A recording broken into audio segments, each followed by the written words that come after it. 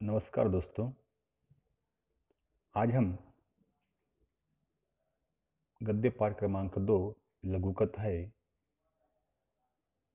और इस लघु कथाओं के अंदर दो लघु कथाएं हैं, उषा की दिवाली और मुस्कुराती चोट।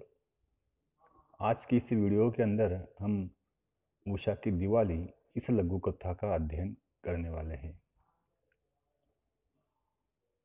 ये जो दोनों कथाएं हैं उसको लिखने वाली श्रीमती संतोष श्रीवास्तव जी यह लेखिका है।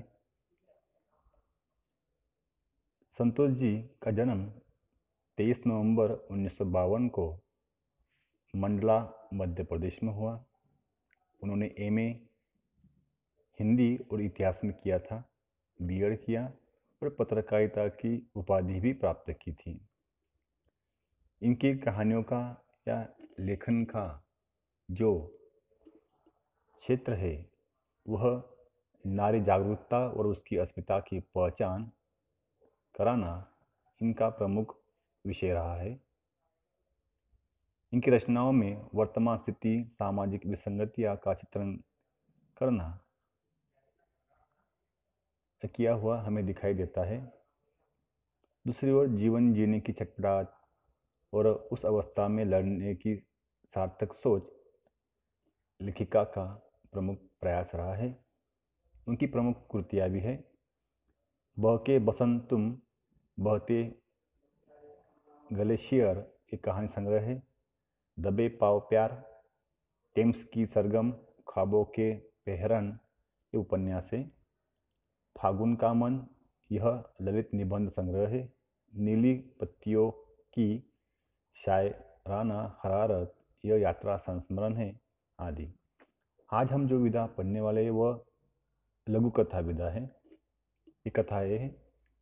तो इस विधा का परिचय दिया गया है। देखिए, लघु कथा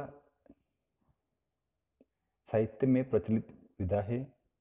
यह गद्य की ऐसी विधा है जो आकार में लघु है पर कथा के तत्वों से परिपूर्ण है। कम से कम शब्दों में जीवन की संवेदना, पीड़ा, आनंद को सघनता तथा गहराई से प्रस्तुत करने की क्षमता इसमें होती है। किसी अवस्था, परिस्थिति या घटना को लेखक अपनी कल्पना का पुट देकर रचता है। हिंदी साहित्य में डॉक्टर कमल किशोर, गोयनका, डॉक्टर सतीश दुबे, संतोष सुपेकर और कमल चोपड़ा आदि प्रमुख लघु कथाकार है। ये लघु कथा मतलब छोटी सी कथा है। आज हम जो उषा की दिवाली कथा को पढ़ने वाले हैं उसका सारांश ये 3 पंक्तियों में, पहले 3 पंक्ति में दिया गया है। उसके बाद बीच में से मुस्कुराती चोट इस पंक्ति का क्या उद्देश्य है उसके अंदर दिया गया है। देखिए, उषा की दिवाली पाठ परिचय। उषा की दिवाली लघु कथा अनाज की बर्बादी पर बालमन की संवेदनशीलता और संस्कारों को जागरूक कराती है। ये सब उषा की दिवाली के अंदर अनाज की बर्बादी किस प्रकार से हो रही है और लोग अनाज किस प्रकार से झूठा छोड़कर बाहर फेंक देते हैं। तो वो बर्बाद किए हुए अनाज के ऊपर एक छोटी सी लड़की है, उसके बाल मन पर कौन सी छाप छूटती है या कौन सी संवेदना जगती है और उन संवेदनाओं को जगने के बाद उसके बाल संस्कार किस प्रकार से जागृत होते और वह उस अनाज से या अनाज बर्बादी न हो या अनाज सबको बराबर मिले, ये एक संवेदनशीलता इस लड़की के अंदर हमें देखने को मिलती है। एक और थालियाँ भर भर कर झूठन छोड़ने वाले लोग हैं, तो दूसरी ओर अनाज के एक एक कोर को तरसते विभिन्न तरीकों से रोटी का जुगाड़ करते लोग हैं। यहाँ पे 2 प्रकार के लोग हमें देखने को मिलते हैं।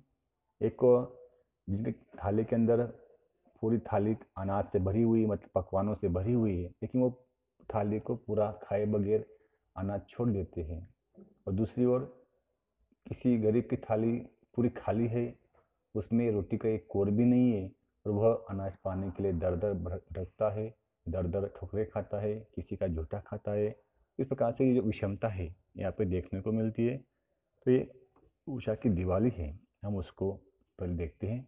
देखिए, उषा की दिवाली, ये जो नाम दिया गया है अभागे, एक लड़की और एक बूढ़ा इंसान झाड़ू पकड़ा हुआ, और एक लड़की उसके हाथ में कुछ तो भी दे रही है। अब वो क्या देती है और उसकी बालमन में उस आदमी के प्रति किस प्रकार की संवेदनशीलता होती है, ये हमें देखने को मिलता है। देखिए, दादी ने नरक चौदस के दिन आटे के दीप बनाकर मुख्य द्वार से लेकर हर कमरे की देहरी जगमगा दी थी। दिवाली का मौसम था, नरक चौदस का वह दिन था, और आटे के दिन उस समय दादी माँ या घर की महिलाएं बनाती है। सब लोगों ने आटे के जो दिए थे वो घर के मुख्य चौखट पे वो दिए सजा दिए। तो मुख्य चौखट से लेकर पूरे घर के अंदर जहाँ जहाँ शोभनीय होगा वहाँ पे क्या है, वह आटे के दिए लगाए गए और उसमें तेल डालकर दिए जलाए गए थे, इसलिए पूरा घर जगमगा रहा था। घर की पकवान की खुशबू से तरबतर था।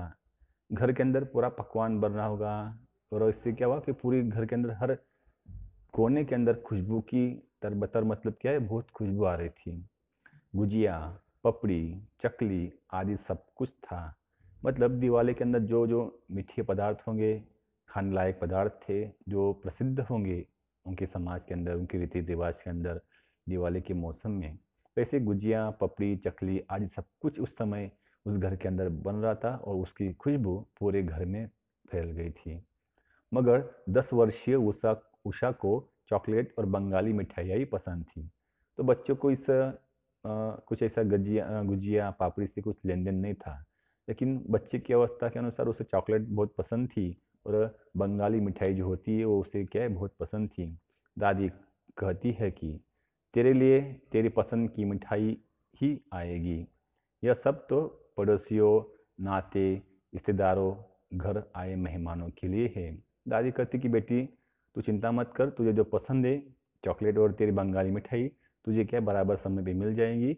हम जो ये मिठाई बना रहे, अगर दिवाली के अंदर हमारे घर कोई आस पड़ोस के लोग आते हैं, मेहमान आते हैं, आजू बाजू वाले लोग आते हैं, तो उनके लिए हमने क्या किया है, ये मिठाई उनको देने के लिए रखी हुई है, ये पदार्थ उनके लिए बनाए हुए हैं। इस प्रकार से क्या है, एक जो माहौल होता है दिवाली के अंदर आपसी संबंधों के अंदर, प्रेम नातों का, इसलिए मिलने के लिए दिवाली के अंदर कोई ना कोई हमारे घर आते रहते हैं। तो इसलिए उनके लिए मैंने ये बनाए। ऐसे दादी उस बाल मन को समझाती है, उस बच्ची को समझाती है। आटे के दीपक कंपाउंड की मुंडेर पर जलकर सुबह तक बुझ गए थे। तो उन्होंने कंपाउंड के अंदर भी एक सर्कल किया होगा, उसके अंदर उन्होंने क्या किए, वो दीवार पे आटे के दीपक रख दिए थे, और सुबह होने तक वो क्या हुआ, वो तेल सूख गया, मतलब आटा बुझ गया, दिया बुझ गया, और वो दिए क्या है, आटे के वैसे पड़े थे। उषा जॉगिंग के लिए प्लेट से फ्लैट से नीचे उतरी तो उसने देखा कि पूरा कंपाउंड पटाखों के कचरे से भरा हुआ था। सुबह सुबह जब उठती है तो उषा जॉगिंग करती है, थोड़ा सा सेहत बनाने के लिए। वो फ्लैट से वो नीचे उतरती है तो देखती कि पूरा रात भर लोगों ने पटाखे फोड़ के पूरा आसपास का कंपाउंड क्या किया है, उस पटाखों के कागजों से गंदगी कर डाली थी, किसी ने साफ भी नहीं किया था। तो ये वो सब देखती है। उसने देखा सफाई करने वाला बबन उन दीपों को कचरे के डिब्बों में न डाल अपनी जेब में रख रहा था। तो उषा को एक वहाँ पे एक चित्र दिखाई देता है कि वहाँ पे कंपाउंड के अंदर एक उनका नौकर होगा या कोई साफ सफाई करने वाला कर्मचारी होगा। वो इंसान उस आटे के दिए को कचरे में न डालकर अपनी जेब में डाला था। यह उषा दूर से बराबर निरीक्षण करते हुए देख रही थी। कुशकाय बबन कंपाउंड में झाड़ू लगाते हुए हर रोज उससे सलाम करता था। कुशकाय मतलब कुश यानी का है सूखा हुआ, काय मतलब का है शरीर, मतलब जिसका रूखा सूखा शरीर था, और वह तो वो दुबला पतला इंसान वो देखती है, उसका नाम बबन था। तो कंपाउंड में वह झाड़ू क्या है लगा रहा था, तो उसे देखकर नमस्ते, गुड मॉर्निंग, सलाम ऐसे हम लोग कहते, तो वैसे उसे वो सलाम करता था उस उषा को, उस कुशकाय बबन। तुमने दीपक जेब में क्यों रख लिए? तो लड़की उन्हें कुशकाय बबन से पूछती है कि आपने वो दो दीपक थे आटे के बने हुए, वो आपने जेब में क्यों रख लिए? उषा ने पूछा। घर जाकर अच्छे से सेक कर खा लेंगे, अन्न देवता है न, बबन ने खीसे निपोरे।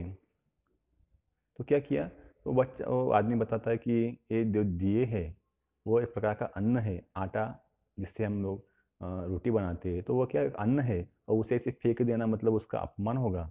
तो मैं क्या करूँगा, इसको घर जाके फिर से उसको टुकड़े करके साफ करके धो के आराम से या नए से सेक लूँगा, ऐसा कहता है। और अन्न को वो भगवान मानता है। और बबन ने क्या किया, अपने खीसे मतलब अपने जेब में वो चेक करता है, टटोरता है, निपोरे उसने। उषा की आंखें विस्मय से भर उठी थी। तो बच्ची थी फिर भी उसकी आंखों में क्या एक आश्चर्य जग गया था। तमाम दावतों में भरी प्लेटों में से जरा सा टूटने वाले मेहमान और कचरे के डिब्बे के हवाले प्लेटों का अंबार उसकी आंखों में सैलाब बनकर उमड़ आया था।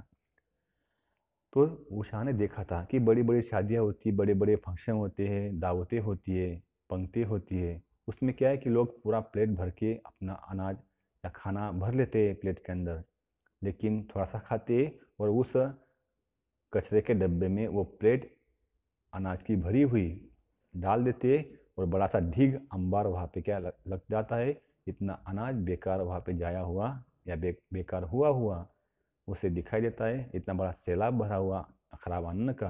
वो देखती देखती है, और आज वो आदमी बबन उस सूखे दिए को लेके अपनी जेब में डालता है और खाने वाला है, तो इसके बाल मन को थोड़ा सा आघात पहुंचता है। वो दौड़ती हुई घर पर गई। फिर उसको मन में कुछ सोचा या क्या विचार आया, और फिर से रिवर्स जाती है, भागती है घर के अंदर। जल्दी जल्दी पकवानों से थैली भरी और दौड़ती हुई एक सांस में सीढ़ी चढ़ गई, उतर गई। क्या करती फिर वो बहुत जल्दी से भागती है और पकवानों की थैली घर के अंदर से लेके आती है, और दौड़ती एक ही सांस के अंदर, मतलब उसे किस बात की जल्दी थी पता नहीं, लेकिन वो क्या करती है उत्साह के मारे वो बहुत भागती है, और वहाँ से भागते भागते वो कुछ अपने साथ लेके आती है। वह अब आ गई थी, और बबन की कांपती हथेलियों पर पकवान की थैली। उसने क्या किया, आती ही एक थैली के अंदर उसकी दादी ने गुजिया पपड़ी चकली बनाई हुई थी, कुछ मिठाई बनी बनाई होगी। तो उसने क्या किया, एक थैली के अंदर वो सब कुछ भरा उसके लायक, उसके अनुसार वो क्या किया, बबन के हाथ के अंदर हथेली पर उसने उस थैली को रख दी। उषा की आंखों में हजारे दीप जल उठे, और पकवानों की थैली देख बबन की आंखों में खुशी के आंसू छलक आए। मतलब दिया जलाना मतलब क्या होता है, सिर्फ वो दिया जलाने से कुछ नहीं होगा, बल्कि किसी की ज़िंदगी में खुशी भरना ये दिए जलाने के बराबर है। किसी की आंखों में या किसी के सपनों को पूरा करने में सहायता करना ये प्रकार का दिया जलाने के बराबर था। वो सब दिए से कुछ भी रोशनी नहीं होगी, लेकिन ये जो दिया, ये जो अन्न की भूख उसने मिटा दी, तो क्या हुआ, उसे ज़िंदगी में एक प्रकार का उजाला हो गया। इस प्रकार से उषा ने वो जो दान दिया उसको या उसकी सहायता की, उसके बाल मन को जो लगा, उसने वो अनाज या मिठाइयाँ उसको ला के दी। तो उषा के मन में आंखों में हजारे दीप जल उठे। उसे आज से तरस लगा कि मैंने दिवाली मनाई है, और ये मैंने दिया जलाया है ऐसे लगता है। और पकवानों की थैली पाकर, क्योंकि बेचारा कुछ का है, सूखा है और दुबला पतला इंसान है, और उसने ज़िंदगी में पहली बार इतना अच्छा खाना देखा होगा, तो बबन की आंखों में क्या है, खुशी के आंसू आ गए, क्योंकि उसे आज तक किसी ने ऐसा कुछ भी दिया नहीं होगा। तो इस प्रकार से क्या है कि उषा ने दिवाली कैसे मना ली, इस प्रकार से उस गरीब की सहायता करके उषा ने दिवाली मनाई। दिवाली मनाना मतलब सिर्फ अपने खुद को खुद ही खुश रहना ऐसा नहीं, बल्कि दिवाली मतलब दूसरों के साथ हमें खुशी को बांटना चाहिए, ऐसा अ, इसके अंदर कहा गया है। और अन्न की बर्बादी हमें नहीं करनी, जितना आवश्यक है उतना ही अन्न हमारे प्लेट के अंदर होना चाहिए, और जितना हम खा सकते हमारी हमारी ताकत है खाने की, उतना ही अन्न क्या है हमें हमारे प्लेट के अंदर लेना चाहिए। नहीं तो बहुत सारे लोग जो होते हैं वो भूखे सोते, बाकी लोग ऐसे अनाज बर्बाद करते। इस प्रकार से श्रीमती संतोष श्रीवास्तव जी ने अन्न की बर्बादी के ऊपर क्या है, ये छोटी सी लघु कथा हमें यहाँ बताने का प्रयास किया था। आज के लिए हम यहाँ पे हम आज यहाँ रुकते हैं। अगले वीडियो के अंदर दूसरी जो कहानी लघु कथा है मुस्कुराती चोट, उसके बारे में क्या है अध्ययन करेंगे। धन्यवाद।